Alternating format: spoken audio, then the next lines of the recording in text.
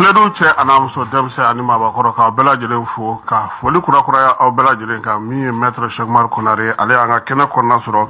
parti parena ale wasado aka charger la communication na Sidi Touré fana be kena kono mi Moribo Mbaw Makalu ale fana be anga kena konna na ale économiste maître Inisu Mba Nishu Kasim inana anga kena kono shina jana mi fo ki wala nyumando amba merci Sidi Touré Inisu amba Kasim Anshu ibismillah anga kena konna koro Inisu amba Nishu Kasim somo Makalu amba Traoré aywa bi babu amna na keminga o ye ka fo union africaine ale kɔnɔ ka wuli ka jɔ kɛ nin waati laban in na yaasa jamana in a bɛ se ka ani CEDEAO ka se ka sigi ka fɔ kɛ ka bɛn cogo min na gɛrɛntɛ mun sigilen don an ka jamana kɔnɔ an bɛ se ka bɔ o la cogo min min ye union africaine yɛrɛ ye u y'u wasa don maa min na o ye Musa Faki Mahamati ale ye commission ɲɛmaa ye a nana an ka jamana kɔnɔ nka yan'a ka na a tun bɛ Ganakaw fɛ yen a bɔra de ka na yan wa a bɔlen yan fana a taara Senegalikaw fana fɛ yen yaasa hakilina minnu n'a y'olu sɔrɔ yan baara bɛ se ka kɛ n'olu ye cogo min na fɛɛrɛ minnu bɛna na kɛ u bolo u y'a jira k'a fɔ min ye nin tubabukalo kura tile 5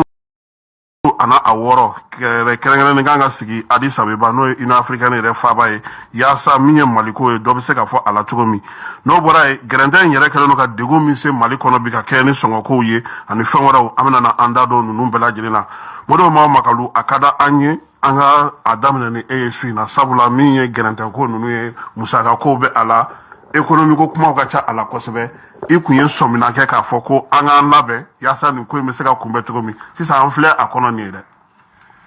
ayiwa Kasim i ni ce i ka ɲininkali la an lajɛbagaw n'an lamɛnbagaw bɛ fo ani i yɛrɛ baarakɛɲɔgɔnw ani i yɛrɛ ye ci bila an ma a diyara n ye jɛkulu in an bɛ min na n'a bɛ fɔ a ma ko communauté économique des états de l'Afrique de l'Ouest CEDEAO jɛkulu de don Afrique tile biyanfan jamana 15 de b'a kɔnɔ jɛkulu in bangena mɛ kalo tile 28 san 1975 Lagos jɛkulu in tun b'a laɲinina de Afrique jamanaw ka fara ɲɔgɔn kan walasa ka sɔrɔ la bonya sɔrɔ bɛ se ka la sabati cogoya min na ko n'an ma fara ɲɔgɔn kan ni jamanaw tila n'a bɛ fɔ o ma ko balkanisation ko u fanga bɛ dɔgɔya donc n'o kɛra ni jamanaw farala ɲɔgɔn kan sɔrɔ bɛ bonya mais u ka laɲini fɔlɔ ye min ye a bɛ fɔ o ma de ko libre circulation des personnes des biens et des capitaux jamanadenw ka se ka taama jamana 15 ni ɲɔgɔn cɛ o de ye objectif fɔlɔ ye n'o kɛra ani e bɛ se ka sigi jamana 14 yɔrɔ bɛɛ ani ɲɛ b'a la an ka passeport a sɛbɛnnen b'a kan CEDEAO a jɛkulu ɲɛnabɔlen a dabɔ kun tun y'o de ye wa Afrique kɔnɔna la an bɛ jɛkulu ninnu bɛɛ ɲɛ barisa CEDEAO fana ye Union africaine boloma fara de. Y'o mɛn Faki da minɛ Sogɛli fɛ a ko ko CEDEAO fanga ka bon ni farafinna kulu bɛɛ lajɛlen sigilen ɲɔgɔn kan kabiri 1988 ne bɛ baara kɛ nin jɛkulu in kan mɔgɔw ɲɛna ko n bɛ ka CEDEAO défendre n tɛ k'a défendre mais min dɔn n b'o de fɔ a jɛkulu a sigira o de kama nka sisan u bɛ ka taa bolo wɛrɛ fɛ min n'o tɛ ɲɔgɔn ɲɛ sira la n'o tɛ a sigir'o de kama libre circulation des personnes et des biens maaw n'u bolominɛw ka se ka munumunu jamana 15 in kɔnɔna k'a sɔrɔ gɛrɛntɛ t'a la n'o tɛ Afrique tilancɛ yanfan in fɛ jamana 5 jamana 6 minnu b'o kɔnɔ u bɛ visa de ta u ni ɲɔgɔn cɛ o anw n'u ka jamana 15 kɔnɔ i n'i ka carte d'identité bɛ se ka voyager i n'i ka visa i n'i ka passeport bɛ se ka taama ka taa yɔrɔw la i bɛ se ka sigi yɔrɔ tɔw fana la donc o kɔnɔna la n bɛ fɛ ka min fɔ fana CEDEAO jɛkulu de don a bɛ Union africaine de fana kɔnɔna la o de la Mamman Faki ka nali yan vraiment fɛn don an k'an ka minɛ n'an bolo fila ye je pense que a bisimila ka ɲɛ barisa a ye jamana ɲɛmaa ye a ye ministre ɲɛmaa fana ye et je pense que kuma dumanw fɔra a kɔnɔ ne ɲɛna a bɛna se ka i da don a la ka ɲɛ barisa CEDEAO bolomafara 5 de b'a la Afrique kɔnɔ tile biyanfan ta ye CEDEAO ye Afrique Nord o ta ye UMA Union du Maghreb arabe camancɛ ta o ye communauté économique des états de l'Afrique centrale ye ani Worodugu yanfan ta Afrique de l'Est o ye communauté des états de l'Afrique de l'Est ye et duguma yanfan fɛ a bɛ fɔ o ma ko SADC o ye o jamanaw ta ye Afrique centrale Afrique australe ani Afrique du Sud bon donc o jɛkulu duuru in u kɛlen bɛ ka yamaruya di o jɛkulu duuru ninnu de ma u ka kuma union africaine tɔgɔ la donc ni union africaine ɲɛmaa nana n'a n'an ka jamana ɲɛmaaw sera ka ɲɔgɔn ye ale dun ko k'a nana lamɛnli de kɛ a nana lamɛnli an lamɛn maliyɛnw lamɛn ani maliyɛnw ka ɲɛmaaw lamɛn walasa fɛɛrɛ ka se ka tigɛ gɛrɛntɛ min bɛ mali in kan parce que ni n y'a ɲɛfɔ cogoya min na ne yɛrɛ tun hakili bɛ fɛn fɛn ma a tɛmɛn'o bɛɛ kan an bɔra intégration afrique kɔnɔna la an bɔra chronogramme kɔnɔna la an bɛ fɛn de kɔnɔna la n'a a bɛ fɔ a ma ko blocus o dun ye kɛlɛ de ye marifa tɛ t'a la dɛ a dabɔra de ka jamana ɲɔngiri ka jamana nagasi. Ayiwa Siri Ture an y'a ye k'a fɔ union africaine ɲɛmaa n'o ye Tchadien ye ale nana e bolo o bɛ se ka na ni fɛɛrɛ ni dabaliw sɔrɔ bi yaasa kuma ɲɔgɔnya ka se ka don Mali ni CEDEAO ni ɲɔgɔn cɛ komi a kɛlen don gɛlɛya ye bi wa. Kasim min tɛ ka kuma di la n bɛ tile du lamɛnbajɛkulu bɛɛ fo. Effectivement union africaine ɲɛmɔgɔ Musa Faki a nana yan'a kana tɛmɛna ni Accra ye mais n'i ye nali jateminɛ yan'a ka nali kɔnɔna na communiqué dɔ kɛra k'a jira k'a fɔ ko bon ko n'a nana a bɛ jamana ɲɛmɔgɔw rencontrer en même temps n'o ye parti politique wa n'olu fana bɛ sigi ka kuma wasa fɛɛrɛw ni dabaliw bɛ se ka tigɛ cogo min an bɛ se ka bɔ nin gɛlɛya in kɔnɔ mais an nana mun ye a ka nali kɔnɔna na bon ani président de la transition ye ɲan ye ani premier ministre ye ɲan ye a tilalen k'o la a taara Dakar mais ani parti ani diplomate fana ɲɔgɔn ye voilà mais ani parti politique ma sigi ka kuma ayi an'olu ma kuma bon o kɔfɛ CEDEAO ye communiqué bɔ o communiqué in kɔnɔna na bon CEDEAO ye kuma dɔ fɔ k'a fɔ ko bon ko latilɛniw kɛ minɛ CEDEAO ye a essayer ka latilɛni dɔ kɛ k'a fɔ ko bon ko jusqu'à preuve de contraire ko olu ka jateminɛ na pour que an ka se ka bɔ nin gɛlɛya in kɔnɔ il faut que an ka bɛnkan sɛbɛn dɔ de kɛ an yɛrɛ damaw ni ɲɔgɔn cɛ f'an maliyɛnw dɔ de ka an ka bɛn ko de la n'an bɛnna ko min na en ce moment là o da de bɛ yira CEDEAO la chef d'état b'u sigi maintenant ka réflexion kɛ autour de ça et à partir de là ni programme ni bɛɛ jɛna n'a ye en ce moment là sanction ninnu bɛ wuli dɔɔni dɔɔni donc nin bɛ mun yira k'a fɔ ko bon jusqu'à preuve de contraire CEDEAO kɔni bɛ fɛ ka a jɔyɔrɔ fa Mali ka crise na k'a fɔ ko de CEDEAO ka sɛbɛn na fana y'a jira k'a fɔ ko ni mɔgɔ ma bɛn kalo 16 la ko ni mɔgɔ ma bɛn o la donc jusqu'à présent ni y'u ka communiqué fɔlɔ lajɛ sanction fɔlen a kɔnɔna na u insistera fɛn dɔ kan k'a fɔ ko il faut un accord convenu ça veut dire quoi anw yɛrɛ maliyɛnw yɛrɛ dama f'an ka sigi ka kuma ka bɛn ko de la n'an bɛnna ko la en ce moment là o de bɛ taa da yira CEDEAO la CEDEAO b'i sigi ka hakili jagabɔ k'a kan n'u y'a ye k'a fɔ ko bon k'an ye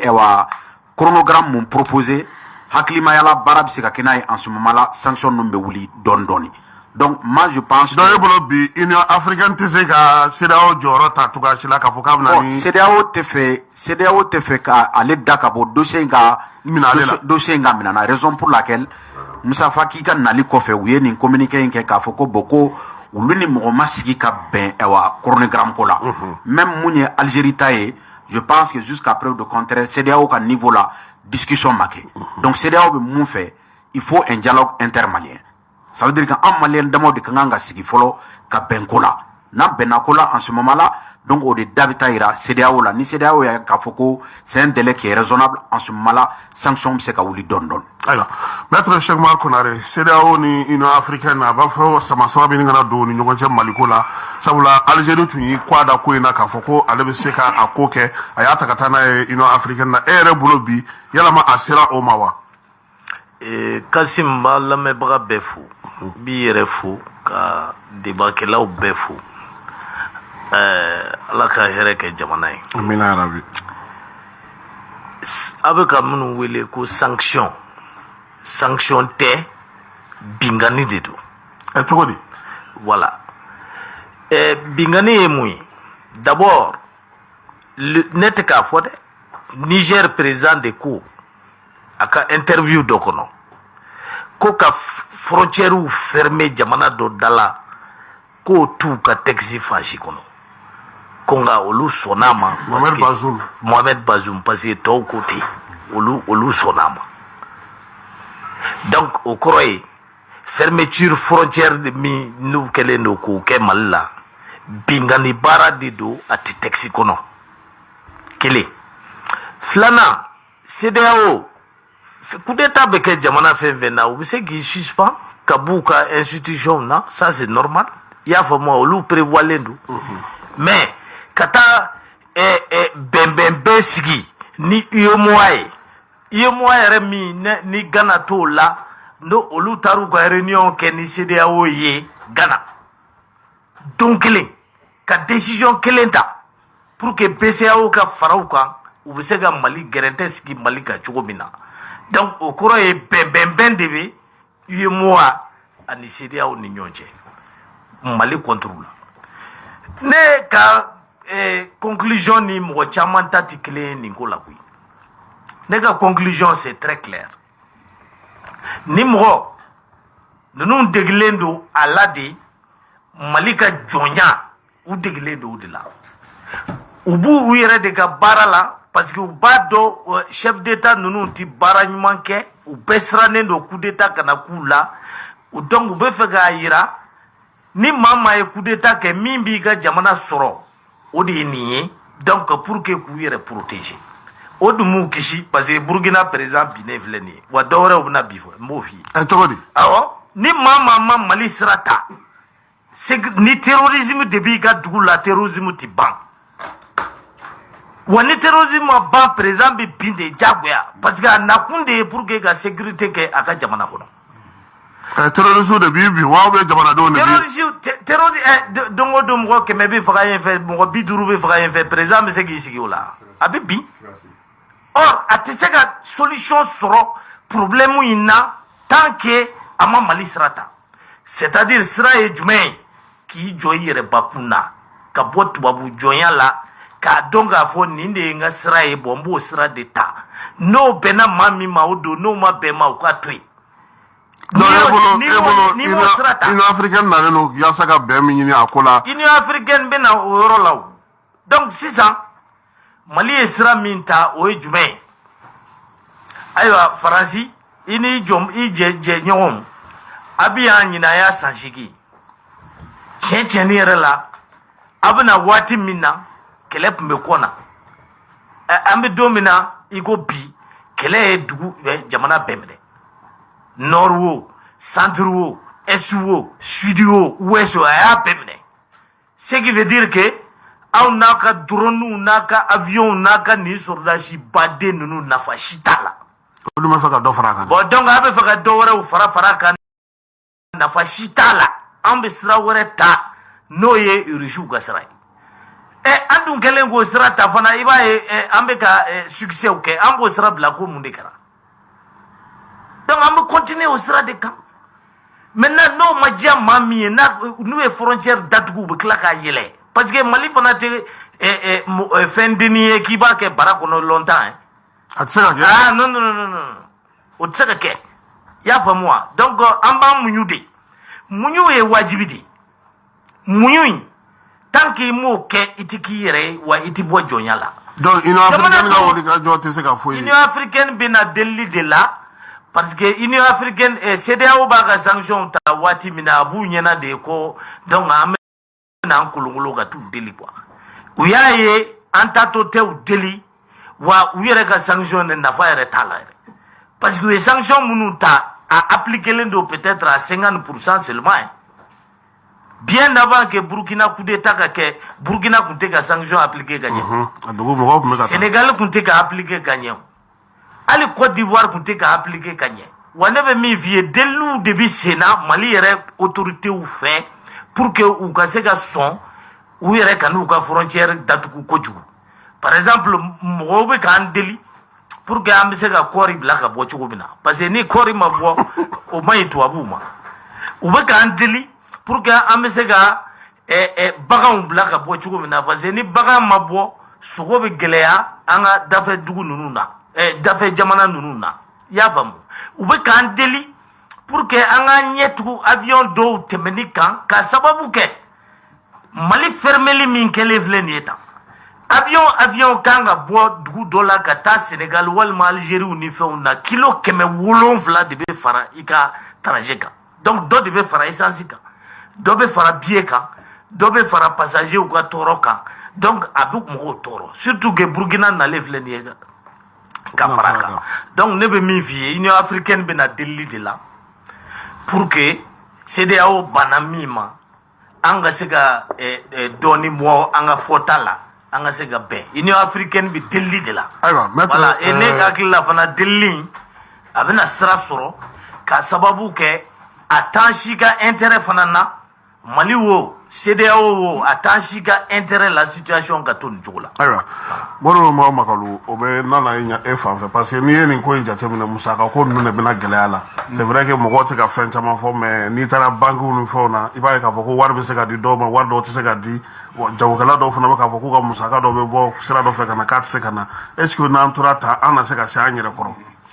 Non, an tɛ se ka to tan o ye a dabɔlen maître y'a fɔ cogoya min na a dabɔlen bɛ de walasa minnu ye ɲangini kɛ olu k'u sago sɔrɔ Mali jamana ɲɛmaaw kan mais a kɛra sira min fɛ barisa ne y'a ɲɛfɔ cogoya min na ne ka baara ye intégration économique n ye baara caman k'a kan kabini 88 CEDEAO kan ani BCEAO kan nka u ye ɲangini minnu kɛ maître y'a fɔ cogoya min na tiɲɛ na a ɲɛfɔ ka gɛlɛn quoi barisa non ne ma deli k'a ɲɔgɔn ye ma deli k'a ɲɔgɔn mɛn et puis a fɔra de an bɛ chronogramme ko kuma de la pour politique ta sira fɛ u bɛ chronogramme ni kalata ni kalafili mais jamanadenw olu nɔ t'o la o n'i ye frontière datugu i bɛ bɛɛ de ɲangi i bɛ bɛɛ de gosi ni bere kelen ye i bɛ bɛɛ de gosi Mali dɔrɔn tɛ dɛ mais fɛn fɛn jamana 15 fɛn fɛn bɛ tɔn in kɔnɔ olu bɛɛ de bɛ bugɔ ni bere kelen ye parce que jamanaw ka sɔrɔ bɛ ɲɔgɔn na de bi tile in na n'i ye Mali ɲangi ko sanction économique et financière a bɛ digi Sénégal la a bɛ digi Côte d'Ivoire la a bɛ digi Burkina la barisa an n'olu de ka sanni feere ka ca kosɛbɛ mais an ka fɛn kelen to an hakili la u ye produit damadɔninw to yen k'olu ka don mais jɔn b'o feere olu de b'a feere o jɔn b'a san anw de b'a san n'i dun bɛ sanni kɛ i ka wari bɛ bɔ de n'i bɛ feere kɛ kɔfɛ i ka wari i bɛ wari la. mais est-ce que o de la Mali gouvernement fana m'a dɔn a fana ka datugu. mais bien sûr mais non mais ni mɔgɔ hakilimaw jate c'est à dire que an t'an kunfɛ quoi fɛn fɛn kɛra je crois k'a bɛɛ jate minɛnen don et je pense que Moussa Faki Mahamat ka nali a y'a yira de je pense que parce que nin tɛ se ka ɲɛfɔ quoi Union africaine tɛ se ka ɲɛfɔ barisa Union africaine in dara OUA de kan OUA in de an fa Modibo Keïta nɔ jɔyɔrɔba de b'a la ko africain jamanaw ka fara ɲɔgɔn kan n'i y'a ye hali anw ni Sénégal farala ɲɔgɔn kan ka kɛ République fédérale du Mali ye o kun de tun don ko barisa jamanaw ka kan ka fara ɲɔgɔn kan walasa k'aw ka sɔrɔ la bonya donc tɔw tɛ se k'a faamu o de la jamana tɔw bɛ k'a faamu min bɛ ka da Mali kan barisa n'i ye frontière datugu sanction ninnu sanction diplomatique b'a la o ye lasigidenw lata yɔrɔ kɔni o tɛ o ma taa o diplomatique non u ka sa lasigidenw o ma taa Matami Nigeria ta ni Ghana ta kɔni biya voilà bon mais olu ye africain de o mais et puis an ka dɔn k'a fɔ ko ni jɛkulu in a ɲɛfɔra cogoya min na warisoba min b'an bolo n'a bɛ fɔ a ma ko BCEAO jamana 8 de jɛ wariso don e bɛ se ka ɲɛfɔ cogoya jumɛn k'a bɛ fɔ ko e ka wari bɛ banque la k'i bolo tɛ se ka d'a kan o tɛ se ka kɛ o jamana kutu ne ma deli ko o ɲɔgɔn sanction yɛrɛ mɛn i b'a mɛn ko sanction kɛra Iran Iran ninnu kan ani jamana wɛrɛw kan barisa fɛn wɛrɛw la min ye kɛlɛ ta sira ye mais i bɛ jɛkulu min na n'o b'a ɲini ka jamanaw fara ɲɔgɔn kan ko o bɛ ka jamanaw bɔ ɲɔgɔn na libre circulation des personnes des biens et des capitaux ko jamanadenw tɛ se ka taama ni ɲɔgɔn cɛ ko jamana dɔ membre dɔ k'o bolo tɛ se ka d'a ka wari kan alors k'a dabɔra walasa sɔrɔ ka yiriwa de o tɛ se ka faamu a tɛ se ka ɲɛfɔ cogoya si wɛrɛ la wa a tɛ ne ye CEDEAO ka texte lajɛ traité révisé de la CEDEAO a t'a kɔnɔ n ye BCEAO ka statut lajɛ bansoba in gel des avoirs tɛ se ka k'a kɔnɔ barisa an bɛɛ jɛ wariso de don wari in y'an bɛɛ de ta ye banque in y'an bɛɛ de ta ye ani traité de l'UEMOA révisé de l'UEMOA mais i ye gɛrɛntɛli min fɔ banque ninnu ta sira fɛ n bɛna misale dɔ d'i ma janvier kalo tile 24 jamana 8 minnu jɛ ye CFA ye bansoba in ale de bɛ wari billet dilan ale de bɛ wari pièce dilan ale de bɛ juru don banque la walasa banque ka juru don e ni ne la donc ale de bɛ ordre di banque ma ale de bɛ système bancaire ale de fana b'o kunna BCEAO ale de bɛ se ka banque ɲangi ale de b'a fɔ a ye nin kɛ aw kana nin kɛ a ye bɛ se ka juru don a tɛ se ka juru don mais min b'o fana bɛɛ sanfɛ an ka warisoba dɔ bɛ yen ko trésor y'a mɛn trésor public jamana nafolo bɛɛ bɛ taa bila o de kɔnɔ trésor public b'i n'a fɔ banque fɛn jamana ka banque donc ale de bɛ dépenses kɛ ale de bɛ wariw sɔrɔ hali ni infraction kɛ par exemple n'i taara sara polisi la polisi bɛ taa verser trésor de la bon trésor ka compte kelenba de bɛ banque centrale la pour que ka se ka sanu kɛ kɔfɛ ka minɛnw san kɔfɛ ani n'an ka wariw bɛ na o de fɛ donc ale ni banque commerciale bɛ baara kɛ BCEAO ka yamaruya kɔnɔ u kɛlen bɛ ka u sigi o de fana kan ko jamana tɛ se ka maga a ka wari min bɛ banque soba kɔnɔ trésor ka compte kɔnɔ n'o dun kɛra jamana ka musakaw olu tɛ se ka kɛ a bɛ fɔ de ma paralysie le fonctionnement de tous les jours o bɛ jɔ saraw bɛ dɛsɛ ka kɛ musakaw bɛ dɛsɛ ka sara bon n'i dun y'a jateminɛ kalo o kalo ni budget 2022 an ka jamana mago bɛ miliyari 150 de la kalo o kalo miliyari 150 ka saraw kɛ ka minɛnw san équipement b'o la ani frais de communication a ka musaka bɛɛ 150 saraw dɔrɔn ye miliyari 70 ye kalo o kalo e ka wari bɛ e tɛ se k'i bolo da i ka wari kan n'i ye a jateminɛ fana douane ni impôt a bɛ fɔ olu de ma ko recette fiscale olu bɛ wari de ladon o de fana bɛna fara jamana ka sɔrɔ kan pour que ka musakaw kɛ mais n'i ye frontière datugu sanni feere tɛ kɛ wari bɛ don cogo di et puis jamana tɛ se ka jamana tɛ se ka yiriwa mais banque ta sira fɛ sisan janvier kalo tile 24 kɔnɔna la a bɛ fɔ dɔgɔkun o dɔgɔkun banque centrale bɛ wari de bila ka don a bɛ banque ɲininka aw mago bɛ mun na sisan walasa aw ka se ka fonctionner besoin à court terme trésorerie bon jamana 8 ye miliyari 543 de ɲini janvier kalo tile 24 dɛ i b'a dɔn o ye joli sɔrɔ miliyari 5,299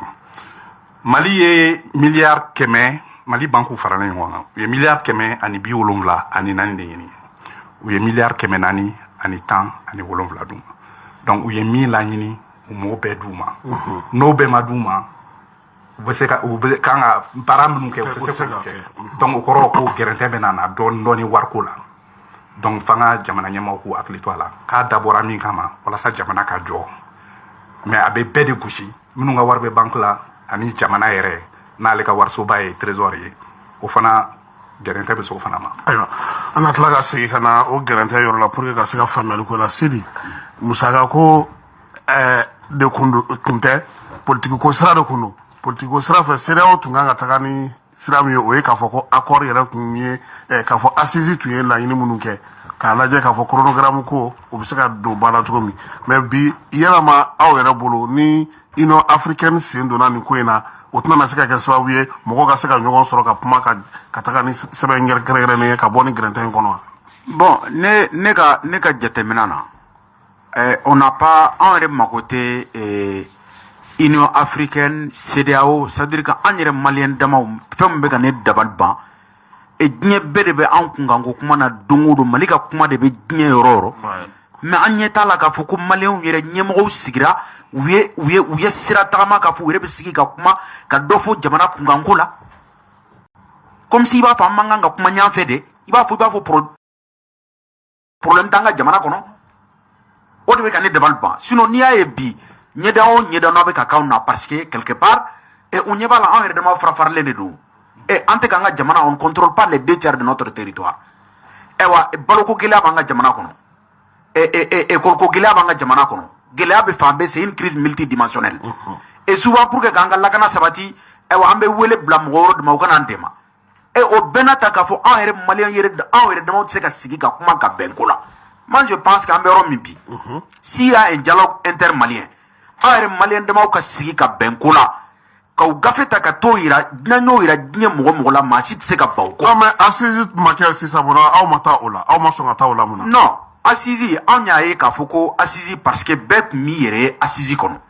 Depuis Assisi Kobeke, Agne, président de la transition, Anna Inyanye. Premier ministre Anna Inyanye, Ahakina et Mounia, Anya Fouena Kafoko, Bokoni, Assisi. On a jatemna na nama kolosi Assisi ole ka kamale on kala anga do dakelen fa anga bu dakelen fa Assisi mena ke sababu ye abena jamana de on faradi la preuve bi mo nyina na Assisi wa kuma koloma roko be kunsile ndo ki bolo da fe mun ka sadire ke ka foko boko transition ka prolonger 112 ani kalo woro 112 be hakili bod la on a oublié mais Assisi de fana o décider ouais mais Assisi de o décider mais kuma woro be Assisi kono kuma woro boro kono mais mo nyina na ulu kuma nungo san mais benye be muna sano e wa doka faraka transition deleka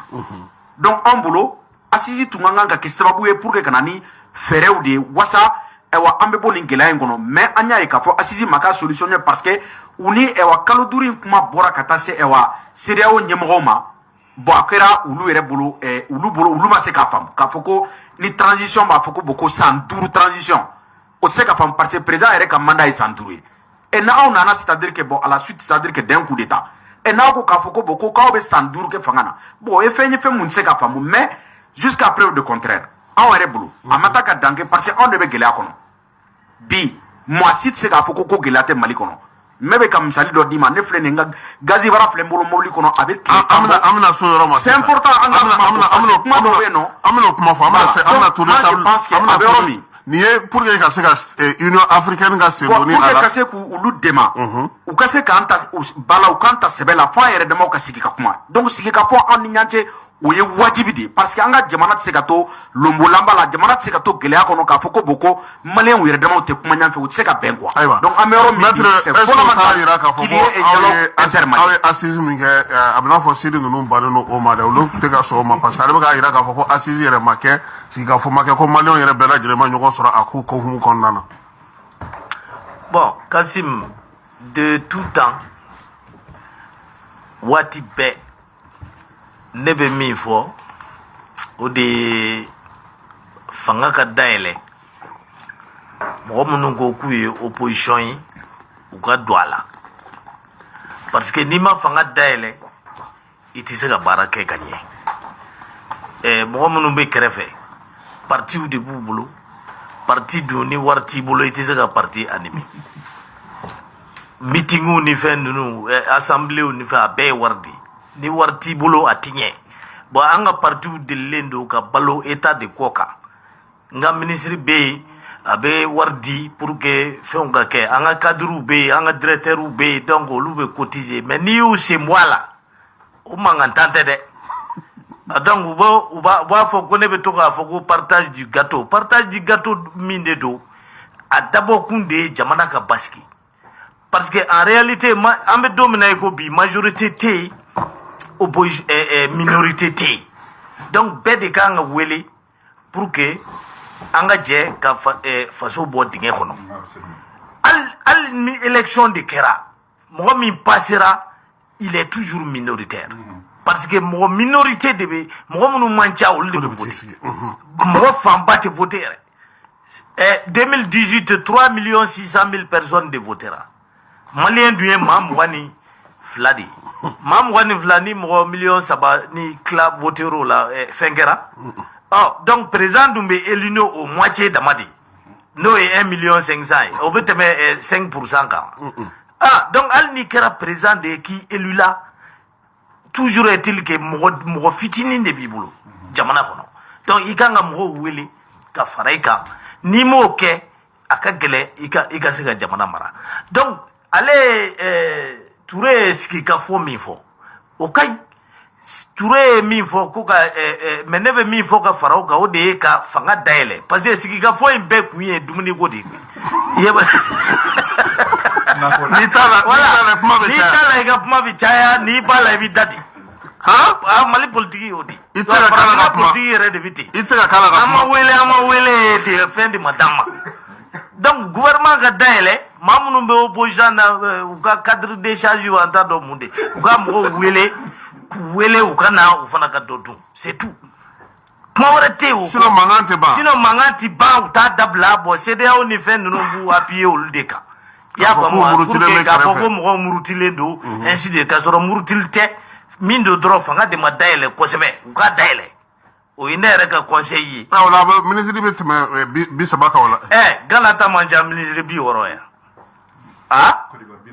Côte d'Ivoire 40 ko tɛ yan ministre mana caya dunbaga bɛ caya mankan bɛ dabila ne hakili la an bɛ mankanba de nɔfɛ. mais est ce que o ye faso jɔ ye maître. faso jɔ dan de y'o ye faso bɛ se ka jɔ ni mankan cɛla an bɛ fɛ mankan de ka dabila donc ni min bɛ mankan dabila o ka kɛ e ta tɛ a wari ye ne ta tɛ i y'a faamu wa n'i ye mɔgɔw wele bɛɛ da bɛ fanga ko la ça c'est quelque chose qui est important sema mɔgɔw ma wele yan e bɛ sema mankan mɛn sisan. u yɛrɛ bɛ ka u ka mɔgɔw u bɛ k'a fɔ ko hali u ka mɔgɔw bɛ checkpoint min na u k'u bɛɛ bila ko ka don faso ko olu bɛ ɲini ka ɲinɛ u ka rébellion yɛrɛ kɔ i ye problème ye yan donc ko in ye o de ye dɛ Kasim donc ka mɔgɔw wele. ni i da b'a la i ka kuma bɛ dɔgɔya. n'i da b'a la i ka kuma bɛ dɔgɔya n'i da t'a la i bɛ kule c'est ça la vérité. politique y'o de. donc an ka siri ninnu wele. an k'u wele yaasa dɔ ka bɔ mankan na. donc o ye kelen ye. filanan ye mun ye o weleli man k'a to ko mɔgɔ minnu sen bɛ suyɛnni kow ni fɛnw na k'olu olu minɛni ka dabila parce que problème ye min ye n bɛ communiqué dɔw kalan Union africaine ni CEDEAO u b'a fɔ ko wayi ko justice bɛ ka politique mɔgɔw minɛ bon politique mɔgɔw de fana da bɛ jamana wariko la donc olu dɔrɔn de bɛ se k'a ta sinon maa min da t'a la o bɛ se k'a ta. i t'a ye yɛrɛ. voilà donc ni min y'a ta k'o ɲininka justice la o tɛ se ka kɛ problème ye o tɛ jamana wɛrɛ ka sira ye voilà bon donc maintenant n'an y'o kɛ o b'an yɛrɛ dɛmɛ an ka wulikajɔ la parce que wulikajɔ in kɔfɛsegi tɛ yen bilen dɛ. k'a fɔ k'anw de b'a ta CEDEAO ka dabada ma walima tubabuw ka dabada ma o banna n'an sigira an ko o la dɔrɔn o y'an ta tiɲɛnen jamana tɛ libéré bilen sécurité tɛna bilen an bɛ segin an kɔ de. mais ni kalata kɛra ni mɔgɔ wɛrɛ min nana n'o segira a kɔ dun. n bɛ min f'i ye ne m'a fɛ yen ko ni maa min m'anw ka sira in ta n k'o bɛ bin wa. i y'o fɔ. hali président kura min n'a sigira n'a ko a bɛ sira yɛlɛma an b'a tile a tɔn tile. a tɛ se ka yɛlɛma. a tɛ se ka yɛlɛma bilen c'est fini. maliyɛn ɲɛ yɛlɛla sa koyi. ayiwa jamana ɲɛ yɛlɛla parce que an sɛgɛnna. ayiwa an bɛna gɛrɛntɛw na sisan. i yɛrɛ dakun donna a la ka ban o ye k'a fɔ ni wariman t'a bila an ka banque misɛnninw na a bɛna na ni kɔlɔlɔ ye wari bɛna na dɔgɔya o kɔrɔ ko ekɔli karamɔgɔw ka mankan tɛna na nɔgɔya tuguni min ye da dumuniw tɛ sɔrɔ balo bɛ ka gɛlɛya an yɛrɛ ɲɛ b'a la bi sugu kɔnɔnaw yɛrɛ la sɔngɔ sugu bɛɛ bɛ yen gouvernement bɛ ɲini ka na dɛsɛ sɔngɔko la yalama musaka ko in ni a tora senna ta an na se. n ye min f'i ɲɛna n k'an bɛ fɛn dɔ de la sisan o ye n'a bɛ fɔ a ma ko blocus sanction yɛrɛ tɛ bilen parce que sanction ye n bɛ i ɲangi mais an bɛ sigi ka kuma mais blocus ye o kɔrɔ de ni tun y'a daminɛ n ko ɲuman ko diplomatie b'a la lasigidenw ta b'a la politique b'a la yɔrɔ ni fanga d'Afrique la dɔrɔn o b'a fɔ ko suspension fɛn b'a la économie b'a la finance b'a la commerce b'a la donc jamana yɛrɛ de tɛ se k'a yɛrɛ sɔrɔ ani jamanadenw fana tɛ se k'u yɛrɛ sɔrɔ u tɛ se k'u ka musaka sɔrɔ cogoya si la ni sanction minnu taara ni ne ma deli k'a ɲɔgɔn ye a bɛɛ de bɛ nin kɔnɔ c'est comme n'i ye mɔgɔ ta k'i bolo ja kana ou bien n'i ye marifa da a kunna ko n'i ma nin kɛ n bɛ bali t'i kunna a bɛɛ de bɛ nin kɔnɔ sisan an bɛ guerre wɛrɛ de la nin ye guerre économique diplomatique de a bɛɛ de ye nin ye c'est pour cela il faut k'an ka fɛɛrɛ ɲini ka bɔ nin ko in kɔnɔ na barisa frontière datuguni ninnu n'i ye anw ka sɔrɔ lajɛ jamana in kɔnɔ Mali kɛmɛ sarada la 60 o bɛ san ni feere de la a bɛ fɔ min ma an bɛ min feere kɔfɛ n'a bɛ fɔ ma exportation ani an bɛ min san kɔfɛ n'a bɛ fɔ ma ko importation bon an ka client n y'a f'i ɲɛna an ka client 3 belebeleba 3 a bɛ daminɛ Sénégal de fɛ an ka minɛn an yɛrɛ ka camion dɔw jɔlen don ko hali ni u ye san kɛmɛ olu bɛ Sénégal kɔnɔ mais camion bɛ an ni Sénégal cɛ a bɛ minimum 200 tile kɔnɔ mais o bɛɛ jɔlen don tile kelen e ka mɛ a bɛ ɲini ka tile 15 bɔ sa ou bien o Sénégal dɔrɔn ye. Côte d'Ivoire t'o la, et Cotonou t'o la, et Benin t'o la, Togo t'o la, Burkina t'o la. Bon, ni ye anw ka musaka yɛrɛ dunna ye, jamana musaka bɛ sɔrɔ min na, an bɛ sanu de feere kɔfɛ. Bon, sanu o problème t'o la ten kosɛbɛ barisa sanu tɛ feere la CEDEAO kɔnɔna la. Sanu bɛ feere la Afrique du Sud ani Suisse. Mais sanu san 2000 ni mugan na an ye sanu min feere a ka ca kosɛbɛ dɛ a bɛ miliyari 200 ani 300 ɲɔgɔn na o sanu de feere la kɔfɛ donc 100 sara la san 2000 ni nafa ye o ayi a nafa tɛ ye parce que compagnie multinationale de b'a la ni Mali tun min na fɔ la Guinée ou bien Mauritanie minnu y'an ta ye an b'a nafa ye barisa n'an y'a feere an bɛ dollar sɔrɔ o de la mɔgɔ caman b'a fɔ ɲɛna ko mun na la Guinée ka wari b'a bolo ani Mauritaniens ka wari b'u bolo Mauritaniens bɛ nɛgɛ de feere fer u bɛ dollar sɔrɔ o la donc u ka devise b'u bolo Guinéens bɛ bauxite feere u bɛ dollar de sɔrɔ donc u ka dollar y'u ka banque centrale ta de anw dun n'an ye sanu feere a bɛ don an ka musaka an ka sɔrɔ la mais an ta tɛ mɔgɔ caman b'a fɔ ko mun na n b'a fɔ k'an ta tɛ barisa multinational compagnie ninnu de b'a bɔ dugu jukɔrɔ olu de b'a feere a tɔnɔ bɛ se olu de ma olu bɛ impôt ni taxe de sara a kan an b'o dɔn dɔɔni miliyari 200 ni 300 in na i bɛ sɔrɔ an ye min sɔrɔ a tɛ tɛmɛ miliyari 500 kan 500 miliyari a bɛɛ faralen ɲɔgɔn kan alors que n'an n'u de tun jɛra k'a bɔ an bɛ se ka min sɔrɔ a bɛ miliyari 1000 bɔ an bɛ se ka caman sɔrɔ a la bon donc 100 sara la san 2020 na an ye sanu tun ye 82 de 100 sara la min feerela kɔfɛ o kɔrɔ ko 18 dɔrɔn de sera maliyɛnw ma o 18 kɔɔri ye 6 ye miliyari 161 ani comment ça s'appelle animaux vivants baganw o tun ye 3 ye 100 sara la donc o ye miliyari 80 ni kɔ ye bon o miliyari 80 ni kɔ in o de ye an ka bagan maralaw a wari bɛ s'olu de ma bon o 100 sarada fana la 55 bɛ taa Sénégal de ye 35 bɛ taa Côte d'Ivoire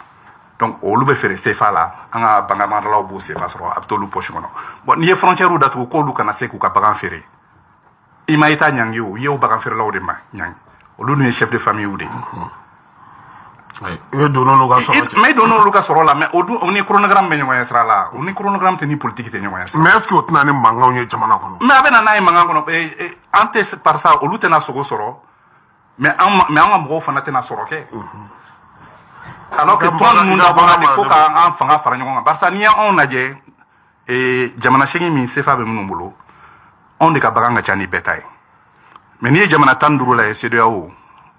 Nigeria dɔrɔn de ka bagan ka ca n'anw ta ye bon Nigeria yɛrɛ ka baganw t'a bɔ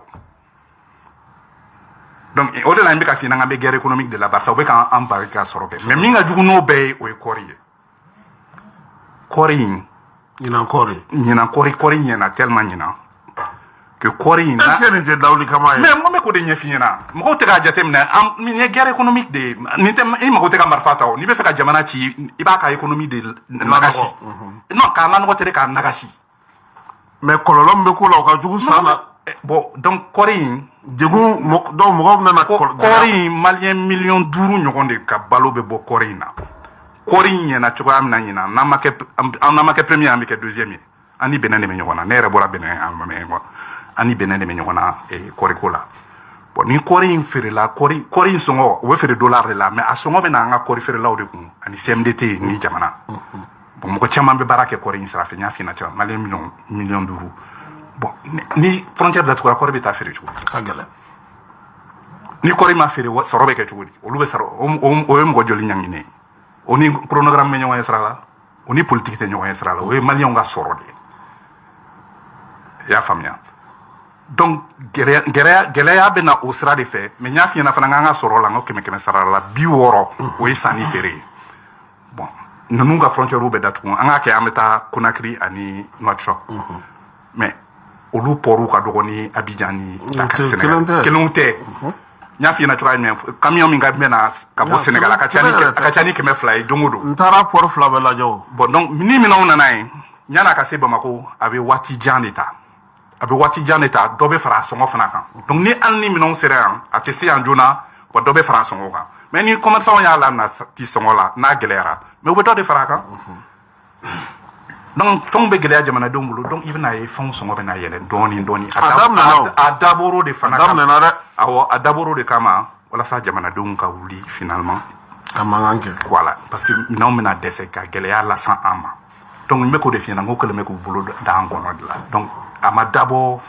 sanction ko dɔrɔn kama dɛ a dabɔra kɛlɛ de kama ka jamana in nagasi donc f'an ka fɛɛrɛ de ɲini an bɛ se ka bɔ nin kɔnɔ cogoya min na an da bɛna se fɛɛrɛ ma Sidi i tun y'i da don a la k'i ka gazi baara b'i kun mobili kɔnɔ i bɛ ka gazi ɲini ka dɛsɛ ko gɛlɛya bɛ ka don cogo a bɛ ka don ten sira wɛrɛw fana fɛ fana minɛliko kumaw bɛɛ b'a la bon n'i ye an barokɛɲɔgɔn fila n'i y'u bɛɛ ka kuma jateminɛ ça veut dire que an de ka kan ka jateminɛ an faso an k'a ta k'a bila diɲɛ fɛ bɛɛ sanfɛ n'a fɔra k'a fɔ ko bon ko nin sanction ninnu a taara k'anw sɛgɛrɛ anw de ka kan k'an sigi ka miiri bɔ an bɛ fɛɛrɛ jumɛn kɛ pour que nin sanction ninnu bɛ se ka bɔ anw kan cogo min très rapidement an ka bɔ a situation parce que kɔgɔji Mali tɛ kɔgɔji jamana ye maintenant a conséquence fɔlɔfɔlɔ a bɛ digi mɔgɔ fɔlɔ minnu na o ye anw de n'i y'a jateminɛ ɲinan samiya gɛlɛyara kosɛbɛ balofɛn minnu bɛ sɛnɛ anw fɛ yan n'i taara sugu la tile fila na an y'a jateminɛ fɛn o fɛn ye kaba tiga sɔ keninge dɔ farakara nin bɛɛ sɔngɔ kan o bɛ dɔ fara ka gɛlɛya n yɛrɛ taara sugu la bi filanan o ye fɛn minnu bɛ bɔ kɔ kan ka na an ka jamana kɔnɔ n'o ye sukoro yɔrɔ dɔw bɛ bitigitigi dɔw bɛ yen nɔ n'i y'u ɲininka u b'a f'i ɲɛna ko k'ulu ye sukoro feere dabila bi ko parce que mankan b'a nɔkan ka da mun kan u kɛlen bɛ ka baarakɛyɔrɔ dɔw bila olu ka to ka taa contrôle kɛ prix dɔw bɛ yen nɔ o fixera n'u y'a ye k'a fɔ ko i tɛ ka prix bato ɲangini dɔw bɛ yen o bɛ da i kan donc sukoro fana bɛ ka gɛlɛya gazi kɛ nin kuma tɛ ne yɛrɛ gazi baara bɛ n kun n y'a kuma fɔ nin y'a tile 10 ye n bɛ ka gazi ɲini prix bɛɛ la ni n y'a sɔrɔ sɔngɔ o sɔngɔ na n b'a san mais n dɛsɛlen bɛ k'a sɔrɔ donc déjà i n'an bɛɛ ye kelen ye o la donc an ka bila n kunna k'a fɔ ko bon ko sanction ninnu conséquences an bɛ k'a ye dɔɔni ciment gɛlɛyara même au niveau des banques déjà on a constaté que k'a fɔ ko même sarako bɛ ka gɛlɛya c'est à dire qu'au niveau des banques ça veut dire que gɛlɛya bɛ ka don banques fɛnɛ na donc an de ka kan k'a jateminɛ Mali ye anw de faso ye an yɛrɛ ka nafa kama an kana an sigi k'a ye cogo si la jamana bɛ firi k'an to yan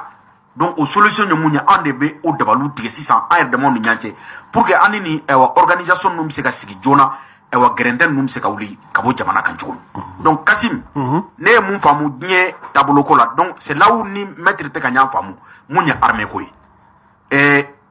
jamana o jamana Mali an bɔra mun kɔnɔ an ka kan k'a dɔn k'a fɔ an ka lakana diɲɛ kɔnɔ c'est-à-dire que maa si tɛ se k'a sabati ka tɛmɛ an yɛrɛ kan k'a fɔ de k'an b'an sigi an b'a miiriw da français ou bien russe ni grande puissance ninnu bɛɛ u ka comportement c'est la même chose u na kumakan ɲuman de bɛ fɔ kumakan cɛɲi de bɛ fɔ mais n'u sigira i ka jamana kɔnɔ don o don i ka da la k'a fɔ i bɛ bila u la mais an tɛ se ka bila mɔgɔ minnu na o ye Malidenw ye bi on est 20 millions de Maliens il y a pas mal de jeunes a ma ɲa n'an ye mɔgɔ wɛrɛ wele ka na pour le moment an bɛ gɛlɛya kɔnɔ mais an k'a dɔn k'a fɔ on a besoin de travailler sur notre outil de défense Mali bɛ position géographique mun na c'est-à-dire que dans la zone CEDEAO Afrique de l'Ouest kɔnɔ an ka kan k'a dɔn k'a fɔ ko a sera ten sa Modibo Keyita tun ye sira mun tagama o sira de ye lakika ye ka armée nationale dilan an kana miiriw siri mɔgɔ si la an ka jigi d'an yɛrɛ kan la preuve en 94 Rwanda mais mɔgɔw bɛ ka ɲɔgɔn faga c'est-à-dire que plus de 4000 morts à peu près plus de combien de 1000 morts en 3 mois u ye ONU wele ka na opération turquoise mɔgɔw welela ka na k'a fɔ ko a ye na dugawu filɛ nin mɔgɔ su kan mais pratiquement les gens n'ont rien fait donc ça veut dire qu'on doit comprendre que an bɛ diɲɛ mun kɔnɔ jamanaw tɛ maa si tɛ maa si fɛ bɛɛ b'a ka jamana nafa de kɔ Faransi bɛ a ka nafa de kama Irisiw bɛ a ka nafa de kama Maliyɛnw de fana ka kan k'a dɔn k'a fɔ ko Mali an ka kan k'a ta k'a siri an cɛ de la k'an ka nafa defa diɲɛ yɔrɔ donc pour ce faire pour le moment mɔgɔ minnu bɛ an mako b'u la mais an ka kan k'a bila an kunna k'a fɔ dans les années à venir an ka armée y'an yɛrɛ de Maliden de bɛ se ka sa Mali kunkanko la parce que n'i y'a fɔ Irisi muso den ye bi k'a fɔ ko ale den bɛ bɔ fɔ Irisi la ka na sa Mali la a bɛ na sa pour quelle cause les Français la même chose mais Malien bɛ se ka sa Malien kunko la parce que an barajuru tigɛra yan dɛ an faw bɛ yan an baw bɛ yan an denw bɛ yan am se ko kele ke ka gun ka sa dana donc an ka meri sur an yɛrɛ la an kana wakilu du mɔgɔ wɛrɛ la c'est à dire que les grandes puissances la même chose c'est à dire que c'est le même comportement donc il faut qu'on intègre ça c'est à dire que dans nos réflexions n'ala sɔnna ma maître Cheikh Oumar gɛlɛya bɛ ka na dɔɔni dɔɔni sɔngɔw bɛ ka yɛlɛ bɛɛ lajɛlen bɛ k'a ye sisan i kɛcogo la e yɛrɛ ye faamuya jumɛn kɛ o ko in na nin ye gɛlɛya de ye hɛrɛ bɛ gɛlɛya min kɔfɛ ne bɛ deli k'a fɔ n'i bɛ CEDEAO kɔnɔ ou bien i b'a ta u ka dabada ma ani Faransi ka dabada ma en ce moment Faransi tɛ CEDEAO membre ye dɛ maître Cheikh Oumar CEDEAO ye Faransi tɛgɛden dɔ de ye i y'a faamu CEDEAO wala an k'a faamu CEDEAO wo UEMOA wo Union africaine wo nin bɛɛ ye Faransi ka tɛgɛw n'a senw de ye i y'a faamu wa n'i bɛ Faransi kɛlɛ kana miiri i n'a fɔ Faransi territoire bɛ Paris k'o y'a bannen dɛ ah non la France est une grande puissance e b'a dɔn k'a fɔ Faransi économie ka bon ka tɛmɛ farafin jamana bɛɛ faralen ɲɔgɔn kan olu ka économie a ka bon n'o ye i b'o kalama hali Nigéria ni Afrique du Sud b'a la donc Faransi ye jamana belebeleba de ye min y'an mara ka tɛmɛ a nanen don fɛn dɔw de sigi parce que an y'a fɔ ko indépendance donc an y'an ka indépendance ta donc Faransi taatɔ a ye fɛn dɔw de sigi fɛn minnu n'o a bi appuyer olu kan n'a bɛ fɛ ka mɔgɔ min kɛlɛ a bi appuyer olu de kan n'a bɛ fɛ pour que ka continuer k'an ka jamanaw mara i y'a faamu donc Faransi kɛlɛli kɔrɔ de ye n'i ye Faransi kɛlɛ ka ban dɔrɔn a bila i kun na CEDEAO b'i kɛlɛ UEMOA b'i kɛlɛ Union africaine b'i kɛlɛ Union européenne ni fɛn ani ONU ninnu olu bɛɛ bɛ bila i contre la donc i bɛ sigi n'o de ye an ta ye wariko dama de ye jamanaw bɛ yen jamana minnu n'a y'a sɔrɔ la n'olu ye marifa de ta Faransi kama olu ye gɛrɛntɛ min sɔrɔ an m'o sɔrɔ mais o gɛrɛntɛ kɔfɛ hɛrɛ nana va au Vietnam Ho Chi Minh ani général Giap don min na u bɛ Faransi la bataille de Dien Bien Phu yɔrɔ o b'i kun na kɔni olu ye Faransi gɛn ni bere de ye ka b'u ka jamana kɔnɔ 1954 Américains ko a bɔ a bɛ Faransi gɛn donc ne yɛrɛ bɛ na Américains nana u ye bere da olu fana bolila i y'a faamu et pourtant n'u kun y'u miiri ka cogo dɔ la u tɛ sɔn ka kɛlɛ kɛ Amérique fɛ parce que ni Amérique bɛ kɛlɛ waati min na bombe atomique de bɛ Américains bolo mais u ka sara t'o la n'a ka d'u ye u k'u ka bombe atomique fili o y'u kungo de i y'a faamu wa o y'o de bila u kun na ka se k'u ka jamana fara ɲɔgɔn kan ka se k'u yɛrɛ libérer o ye Vietnam ye Algérien filɛ nin ye n'olu ye marifa ta Faransi kama k'a gɛn o ma kɛ yan Sékou Touré filɛ nin ye n'o y'i ban communauté franco-africaine na hali mɔgɔw bɛ k'a fɔ ko Modibo Keyita ye tubabu gɛn Modibo Keyita ma girin ka tubabu gɛn koyi tubabu ko farafinw ma ayiwa a y'a lajɛ an ka jɛ ka communauté franco-africaine dilan an bɛɛ bɛ kɛ faransɛw ye anw yɛrɛ fana ye faransɛw i y'a faamu donc o la o ka fisa ni a bɛɛ k'a fɔ k'a bɛ indépendance ta n ko farafin bɛɛ sɔn n'o ma fo Sékou Touré Sékou Touré ko ale t'a la ale dɔrɔn de y'o fɔ tɔ bɛɛ sɔnna hali Modibo Keyita bon donc i k'o yɔrɔ faamu k'a fɔ tiɲɛ don kɔfɛ an kɛlen ka indépendance ni fɛnw ta an ye tubabuw libérer mais ni ni tubabuw bɛ kɛlɛ la i bɛ sigi n'a a kɔlɔlɔ de ye a kɔlɔlɔ dɔ de ye nin embargo ye mais nin embargo tɛ fɛn ye min bɛ se ka mɛn walima min ko a tɛ dabila a dabilatɔ don wa a bɛ dabila anw ka yɛlɛ de kan parce que a daminɛna anw ka ɲɛkumu de kan kɔlɔlɔ kɔfɛ hɛrɛ de bɛ yen ala yɛrɛ y'o de fɔ kuran mais bi mɔgɔw t'o o ye o maître parce que fɛn bɛɛ bɛ ka gɛlɛn ne m'a fɛn bɛɛ lajɛlen bɛ ka fɛ ko gɛlɛn ni n ko i b'i labɛn cɛ ko k'a ka gazi bara b'a kɔnɔ nin y'a tile 10 ye a tɛ k'a ko sɔrɔ a ka taa dɔgɔ san sa mais gazi t'i bolo yanni gazi tun ka na dɔgɔ tɛ yan i tɛ taa kungo la i ka taa dɔgɔ san yanni waati dɔ ka tɛmɛ yan n'i ko i t'olu muɲu i bɛ to jɔnya de la koyi ne m'a fɛ waati jan k'i labɛn furufuru ni basi dun kama i b'i labɛn o de kama parce que n'i ko CEDEAO ni Faransi ma ko ayi donc ɲɛɲangini ni ɲugubala yɛlɛ non n'o ye kɛlɛ de wuli da wulila sonkala ma ye kana miiri k'a fɔ i n'a fɔ i bɛ se k'o jamana ninnu kɛlɛ nɔgɔya kɔnɔ non a bɛ kɛ gɛlɛya de kɔnɔ mais gɛlɛya banbali tɛ a gɛlɛya bɛ tila ka ban hɛrɛ bɛ na donc ne bɛ min fɔ maliyɛnw ye o y'o de ye bɛɛ k'i cɛsiri ni embargo in wulitɔ don wa a bɛ wuli an ka hɛrɛ de kan tant que n'an kun ma sɔn nin gɛlɛya ma an ti bɔ jɔnya la o ye ne ka idée ye. ayiwa an y'o faamuya an b'a fɔ a lamɛnbagaw ɲɛna k'u sɔgɔlen don radio kileru la bi su in na an kɛlen don ka maa saba wele moribo mɔgɔ makadu ale ye économiste ye siri ture ale ye parti parena secrétaire à la communication maître chekumar konare ale ye avocat ye fɛɛrɛ jumɛn bɛ se ka sɔrɔ. yani n ka fɛɛrɛ fɔ n tɛ se ka maître min fɔ n tɛ se k'o bila ka tɛmɛ tan ka sɔrɔ ma dakuru ɲɛ damadɔni fɔ. président modibo keyita ni an mɔkɛ mamadu konate o ye jamana 17 de la africain jamana 17 octobre 1946 Bamako ka na rassemblement démocratique africain créé barça Berlin 1884 min kɛra a bɛ fɔ de ma u ye Afrique tila de u ni ɲɔgɔn cɛ n'a bɛ fɔ de ma ko la balkanisation donc an faw ko jamana ninnu kan ka fara ɲɔgɔn kan de k'u fanga fara ɲɔgɔn kan wa ko kɛlɛ tɛ kɛ ni dusu ye a bɛ kɛ ni fɛɛrɛ de ye. président Modibo Keyita tun b'a fɔ tuma bɛɛ donc jamana 4 59 olu de tun nana k'u bɛna république fédérale du Mali créer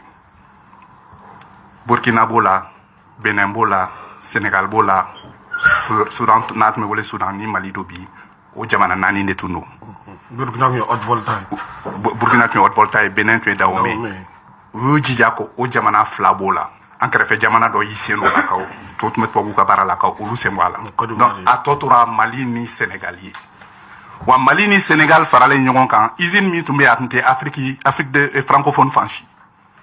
c'était le pays le plus industrialisé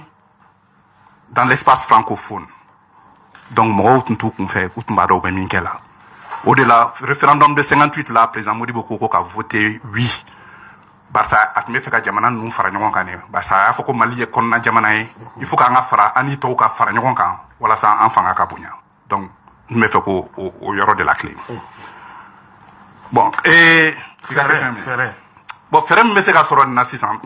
surtout musaka ko ta sinon non musaka ko ta siri ko sara tigɛ kɛ fo ka ne dusu fo ka n ja tigɛ non wariko in a bɛ wariko bɛna gɛlɛya barisa an ka warisoba diɲɛ jamana bɛɛ warisoba in ne y'a f'i ɲɛna ale de bɛ wari billet dilan ale de bɛ wari pièce dilan wa ale de bɛ wari juru don banques la. n'a kɛra tan an t'an ka wari dilan. bon o ye solution dɔ ye. an bɛ se ka to CEDEAO la k'an ka wari dilan. non CEDEAO tɛ dɛ UEMOA de parce que an bɛ wari min b'an bolo sisan o ye CFA de ye o bɛ dépend BCEAO de la BCEAO bɛ dépend UEMOA de la. UEMOA n'o siège Union économique et monétaire ouest africaine au siège bɛ Ouagadougou. On créera le 10 janvier 1994. Janvier kalo tile 10 san 1994 ani 4. On créera Ouagadougou. Mais Nyano Kake, CFA créera le 12 mai 1962. Ton dollar n'a pas mako Union monétaire ouest africaine. UMOA. Jamana woro de tundo. Mali a signé, mais Mali m'a ratifié. Donc nin kɛra i hakili to a la dɛ n kɛra mɛ kalo tile 12 san 1932 31 juillet et 1er juillet Mali y'a ka franc CFA créé franc malien créé donc an ma sɔn o la gɛrɛntɛ de nana o de la u de nana k'a fɔ ko an ka malien wari tɛ kɛ foyi ye u y'an ka fɛn bɛɛ saboter n'o tɛ première république ye usine min créé a ka ca ni 40 ye an ka compagnie commerciale tun b'an bolo an ka armée tun b'an bolo avec des armements lourds. On avait une flotte aérienne. En armée, nous avons tout on est Algériens, on est Mekouka indépendance. On est Mandela Nana en 62. Mandela Nana en 62, quand le président Modibo rencontré, a été Demekaï. Wartun te Kesula, enfin à terre. A été Blamako, a demain à la Djemi Kesula, il a Demekaï. Quand la passeport ou d'eau Fanadouma. Quand c'est ANC Moro. Donc, Mali et Moro Blakata. Tanzanie, Afrique du Sud, Afrique yɔrɔ caman ka jamanaw libéré. Ani sɔrɔsiw dɔrɔn tɛ dɛ, ani conseiller technique Congo Brazzaville ninnu faamu na, techniciens taara jamana caman na k'olu dɛmɛ. Donc Mali y'i yɛrɛ di Afrique dilanni de kama. An tɛ se k'an kɔ don Afrique ma, Afrique fana tɛ se k'i kɔ don an ma o. barisa hali ni mɔgɔ dɔw ko k'u bɛ fɛ ka gɛlɛya don Mali la mɔgɔ dɔw bɛ yen ko jamanadenw tɛ sɔn a ma parce que jamanadenw hakili b'a la mais munna jeunesse bɛ k'i mobiliser Afrique kɔnɔ mɔgɔw ɲɛna ko mun de don dɔ b'i sigi suma la bi dɔ de yiri planté a mɛnna donc il faut pas que an ka ɲina f'an k'an kɔfilɛ dɔɔni an ka histoire la an k'a lajɛ an bɔra yɔrɔ min na n'o tɛ an t'a dɔn an bɛ taa yɔrɔ min na bon donc monnaie in créer franc malien n'i ye wari créer i yɛrɛ ka wari i bɛ sanni feere de kɛ anw bɛ mun dilan an fɛ yan an bɛ fɛn minnu san kɔfɛ nangu fɛ yen na taji san o san munna u y'a fɔ ko ka taji bila ka don taji bɛ bɔ min a bɛ bɔ Sénégal Côte d'Ivoire ani Lomé ani Ghana munna u y'a fɔ ko k'olu bila ka don parce que olu de b'a feere anw ma anw b'an ka wari ci olu ma olu bɛ taji feere anw ma produit pharmaceutique ninnu ni fɛn ninnu olu de b'o fana dilan dumunifɛn u y'a fɔ ko produit de première nécessité u ye fɛn minnu bila ko olu sen tɛ sira datugu in na dɛ olu de b'o feere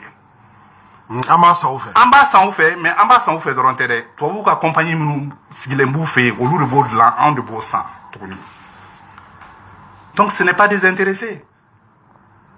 donc f'an ka hakili jagabɔ de dusuko tɛ koyi f'an ka hakili jagabɔ de an ka jateminɛ an ka nafa ye jumɛn ye nin ko in na barisa n'i bɛ kɛlɛ kɛ i b'a lajɛ de o kɛlɛ ye fɛɛrɛ de ou bien n'i ɲɛ bɛ mɔgɔ dɔ la a ka jan ni a ka bon ni ye mais o kɔrɔ tɛ ko n'i ma fɛɛrɛ kɛ i bɛ s'a la cogo di a tɛ se ka kɛ ni dusu ye donc an ka wari in u y'a nagasi fo 1967 an faw obligera ka segin u kɔ ka taa accord signé Faransi u y'a fɔ a ɲɛna ko wari in franc malien k'a ni CFA dalakeɲɛlen bɛ to parité fixe k'u bɛ to ɲɔgɔn na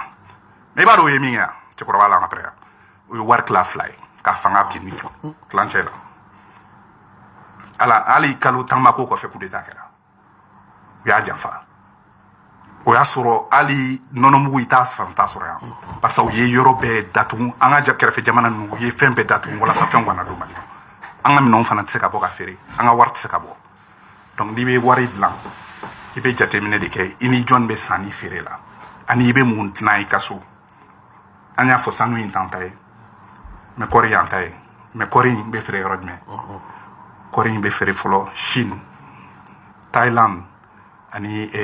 Mado jamana sabanan ye n ɲinɛ n'o kɔ mais Asie de bɛ an ka kɔɔri san kosɛbɛ bon bagan n y'o f'i ɲɛna o ye Sénégal ni Côte d'Ivoire mais anw ni min bɛ sanni feere kɛ kosɛbɛ olu bɛɛ bɛ CEDEAO kɔnɔ mais olu bɛɛ bɛ UEMOA kɔnɔ fɔlɔ ye Sénégal ye filanan ye Côte d'Ivoire ye sabanan ye Burkina ye donc n'an bɛ wari dilan f'an k'a lajɛ an n'olu bɛ se ka sanni feere kɛ o wari min na ani an bɛ se ka wari sɔrɔ kɔfɛ cogoya min na donc f'an ka sanu in an ka lajɛ o dɔ ka k'an ta ye ani kɔɔri in an ka dɔ yɛlɛma a la ani bagan ninnu fana an ka dɔ yɛlɛma a la laboratoire la n'o tɛ wari in dilanni tɛ problème ye o i bɛ wari garanti ni mun ye o de don donc fo i ka sɔrɔ de kɛ wari kɔfɛ wari ninnu na barisa Mali kabini y'a san 60 ye an bɛ minɛn min san kɔfɛ an t'o feere kɔfɛ n'i ye san 2000 ni 20 lajɛ an ye minɛn min feere kɔfɛ miliyari 2,759 miliyari CFA de an ye minɛn min san kɔfɛ miliyari 2,939 donc nin y'a san 60 de ye an bɛ minɛn min san kɔfɛ an t'o feere kɔfɛ ni dun ye feere de kɛ kɔfɛ i bɛ tɔnɔ sɔrɔ i bɛ nafolo sɔrɔ donc f'an k'o bɛɛ jateminɛ wari dilan in na voilà. ayiwa Thierry fɛɛrɛ jumɛn bɛ se ka sɔrɔ ayiwa Kasim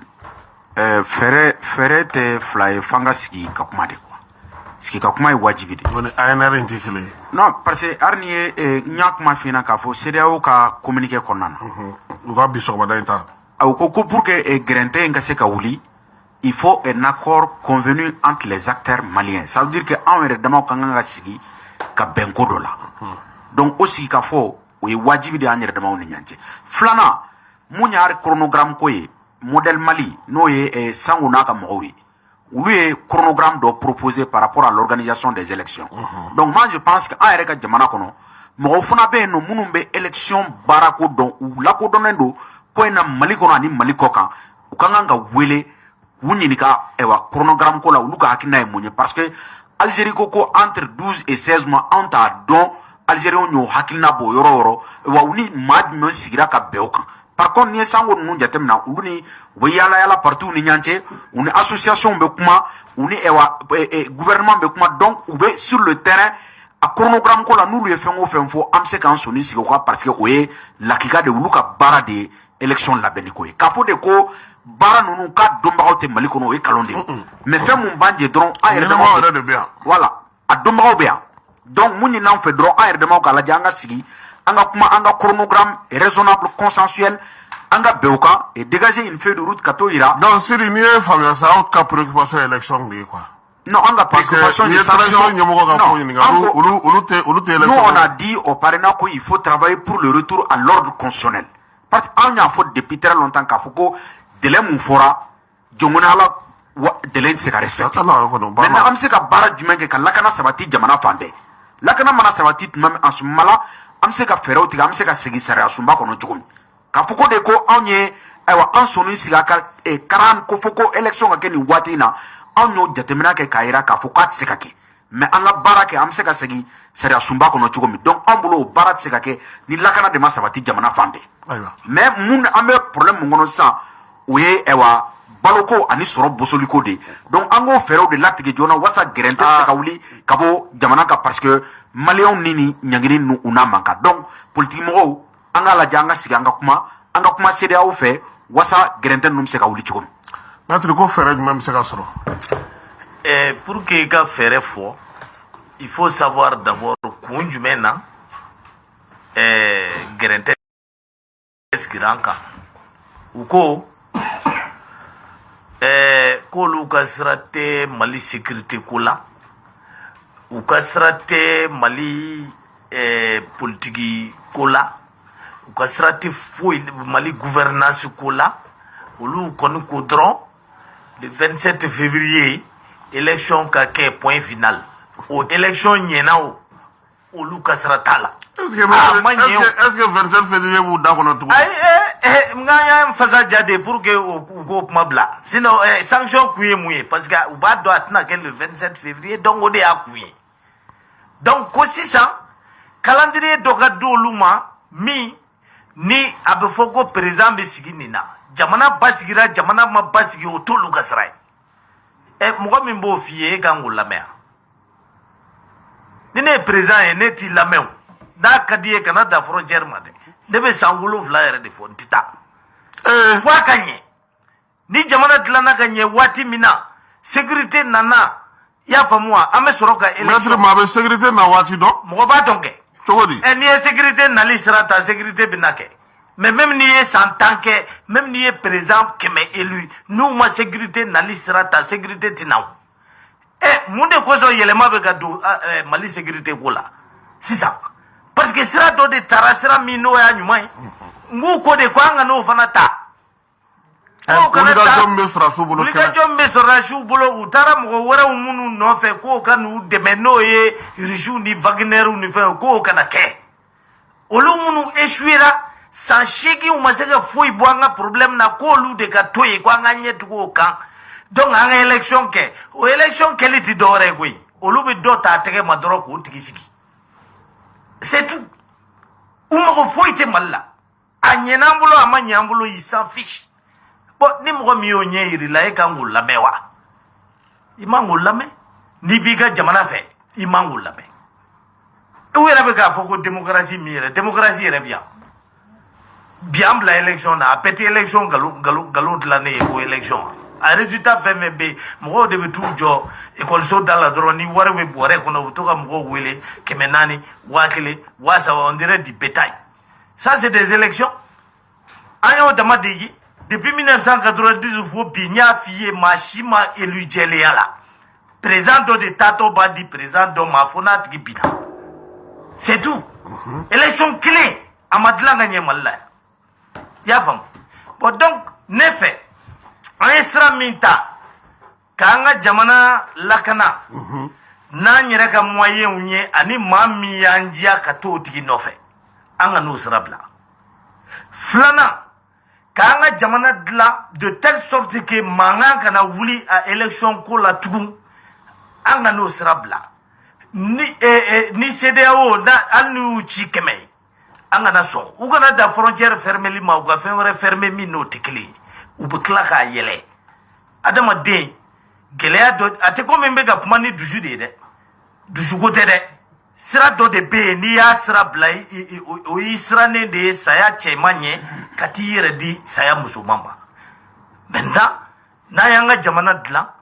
n'a ka d'an ye an bɛ segin a CEDEAO n'a fɛnw na n'a man d'an ye an bɛ bɔ a la a fɔra de ko Mali ta y'a yɛrɛ ye yanni CEDEAO kana Mali tun bɛ yan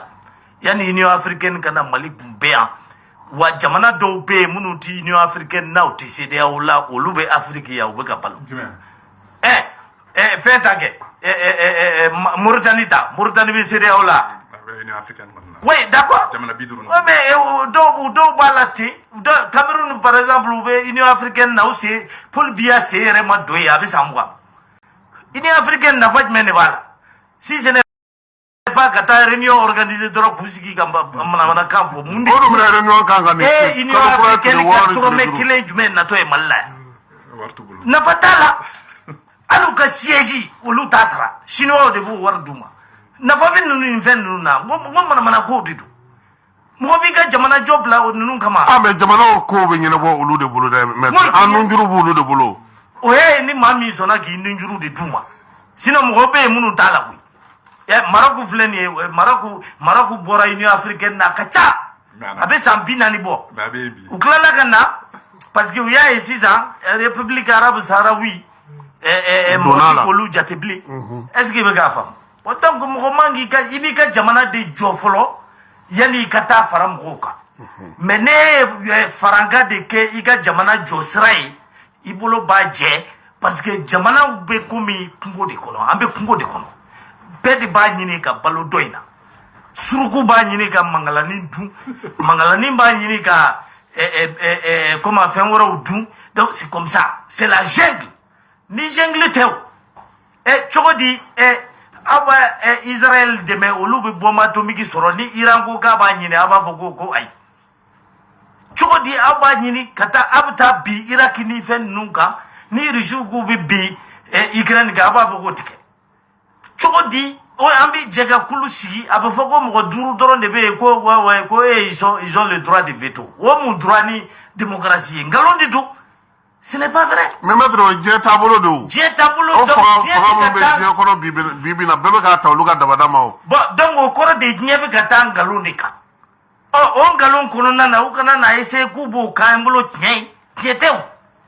a démocratie yɛrɛ fana bɛ ten de tiɲɛ t'a la est-ce que i bɛ k'a faamu donc an k'an ka jamana dilan ni gɛlɛya ni fɛn minnu b'an kan n'u y'o ta k'an sɛgɛrɛ o tɛ dɔwɛrɛ ye dɛ parce que u ɲɛ b'a la de an bɛ sira ɲuman kan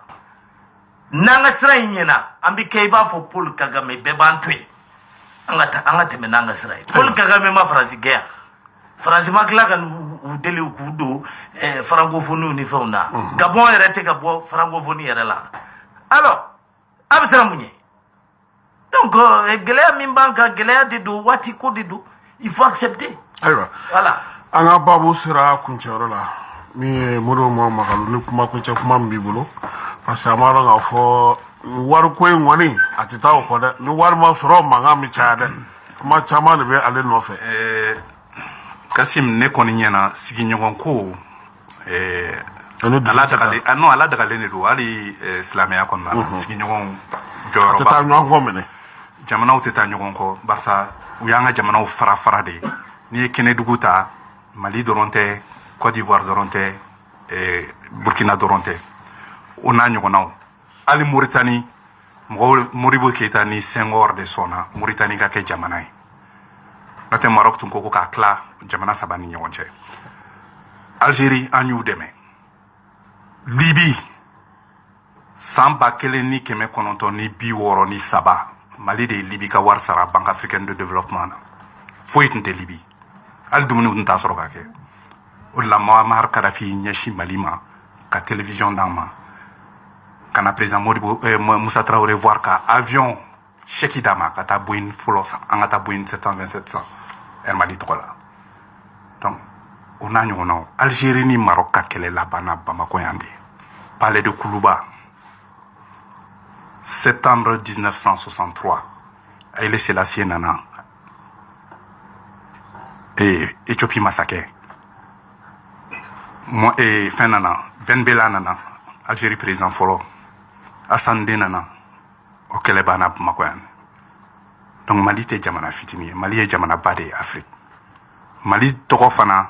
président Modibo ya fo ko ajara mkomi ya maja Mali mkomi ibe Mali toko me. Balsa République fédérale du Mali, Mali ni Sénégal ferale e farale nyonga ka atum maja dowdi. Wa Mali toko ya alsa be ama be mgodo ma balsa aba akla jigi ambora mkomnuna. Balsa atmbata Sénégal fo Tchad. Donc fanga miro bed la ka fo ambora mko bawla. Mais Afrique jamana chité bibi ki kelembeta ki e jamana million mwani kele kebi ka srasro. Mali kono bi CEDEAO ni CEDEAO bet mfarala nyonga. Nigeria kele norona ye. Nigeria ma keme fla ani ma million keme fla ani tande bi Nigeria. CEDEAO ka soro la Nigeria kele keme sarala bi wolongladi. Pétrole, ils sont premiers producteurs africains. 1 million et demi de barils Djongodo, Djongodo. Premier producteur d'arachide, premier producteur de tomates, premier producteur de ceci, de cela. ABDB. Ni Mokokan qui fara.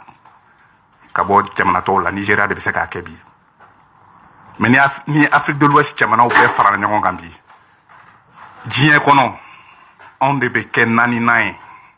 Djamana Deuna. Million keme nani niko. Sorola, diɲɛ kɔnɔ anw de bɛ kɛ jamana 18 ye mais gɛrɛntɛ min selen ma jamana ɲɛmaaw fɛ CEDEAO jamana ɲɛmaaw fɛ a ma bɛn a ladagalen tɛ a tɛ texte kɔnɔ wa an bɔra politiki sira kɔnɔ an bɛ ka don sira wɛrɛ de kɔnɔ min ma bɛn donc il faut que vraiment maliyɛnw k'u tɛgɛ di ɲɔgɔn ma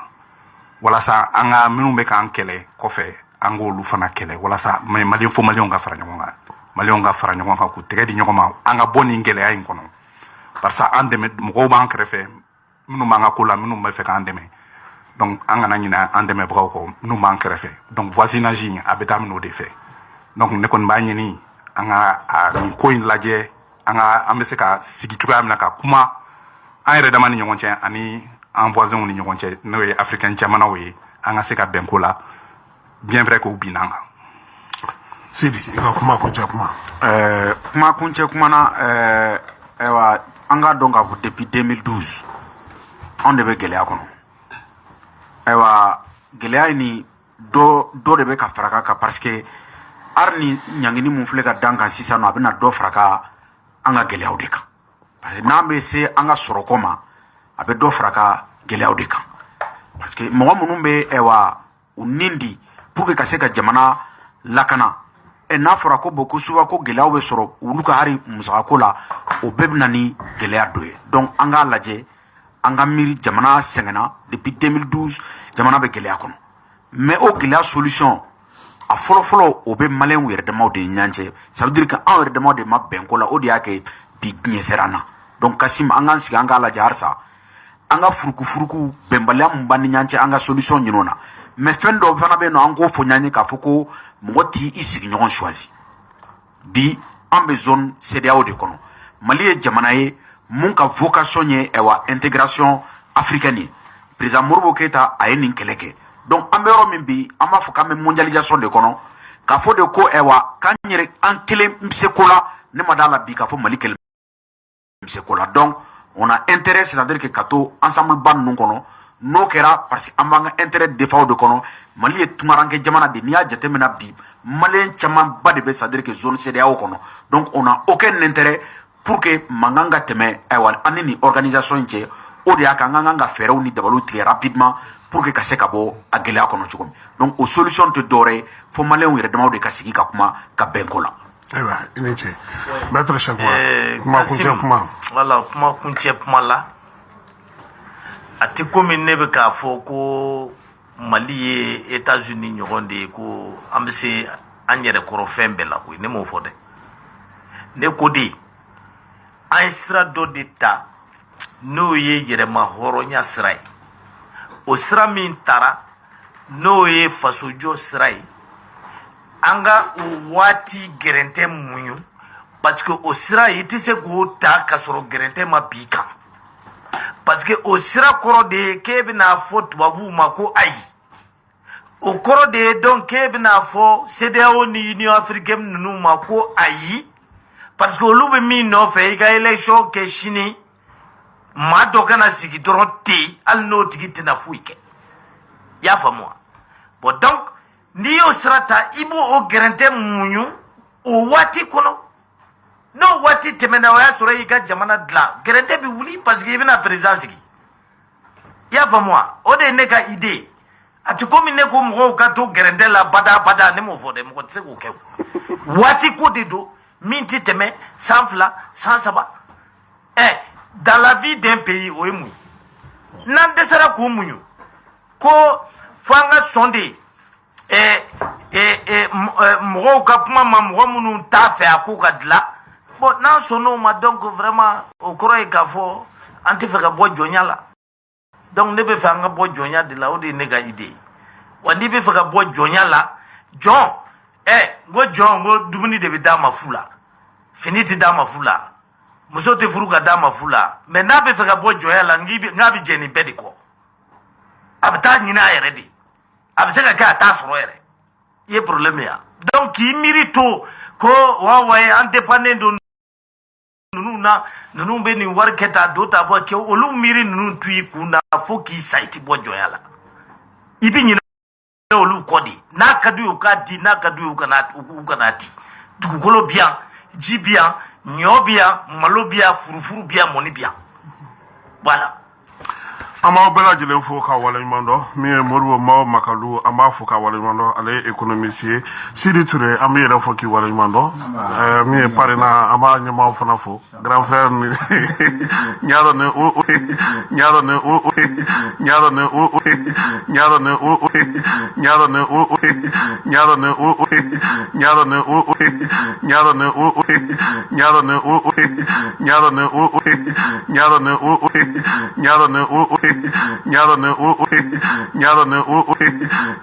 o